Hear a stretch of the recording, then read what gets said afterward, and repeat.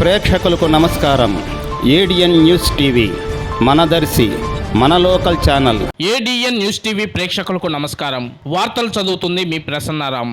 పేద మధ్యతరగతి కుటుంబాల ఆర్థిక ప్రయోజనాలే ధ్యేయంగా కూటమి ప్రభుత్వం పనిచేస్తుందని దర్శి నియోజకవర్గ టీడీపీ, జనసేన, బీజేపీ కూటమి నేత డాక్టర్ గొట్టిపాటి లక్ష్మి అన్నారు. ఎన్నికల హామీ మేరకు నిత్యావసర సరుకుల ధరల నియంత్రణపై కూటమి ప్రభుత్వం చర్యలు చేపట్టగా శుక్రవారం స్థానిక గడియార స్తంభం సెంటర్లో కుర్చేడు రోడ్లోని వ్యవసాయ మార్కెట్ యార్డ్ నందు, అద్దంకి రోడ్లోని రామాలయం గుడి నందు, దర్శిపట్నంలో మొత్తం 3 చోట్ల సరుకుల విక్రయ కేంద్రాలను ప్రారంభించారు. ఈ సందర్భంగా గొట్టిపాటి లక్ష్మి మాట్లాడుతూ వైఎస్ఆర్సీపీ 5 ఏళ్ల పాలనలో నిత్యావసర సరుకుల ధరలు విపరీతంగా పెరిగాయన్నారు. ధరలు తగ్గించడంలో గత ప్రభుత్వ పాలకులు చేతులెత్తేశారని విమర్శించారు. గౌరవ ముఖ్యమంత్రి నారా చంద్రబాబు నాయుడు, డిప్యూటీ సీఎం కొణిదెల పవన్ కళ్యాణ్ ప్రత్యేక చొరవ కారణంగా కందిపప్పు కేజీ 160 రూపాయలు, సోనా ముసూరి బియ్యం 49 రూపాయల చొప్పున ప్రభుత్వం అందుబాటులోకి తెచ్చిందని గొట్టిపాటి లక్ష్మి వివరించారు. బహిరంగ మార్కెట్ లో కందిపప్పు 181 రూపాయల నుంచి 200 రూపాయల వరకు ఉండగా హోల్సేల్ వ్యాపారులతో మాట్లాడి 160 రూపాయల ధరలకు అందిస్తున్నామన్నారు. మేలు రకం బియ్యం బహిరంగ మార్కెట్ లో 55 రూపాయలు కాగా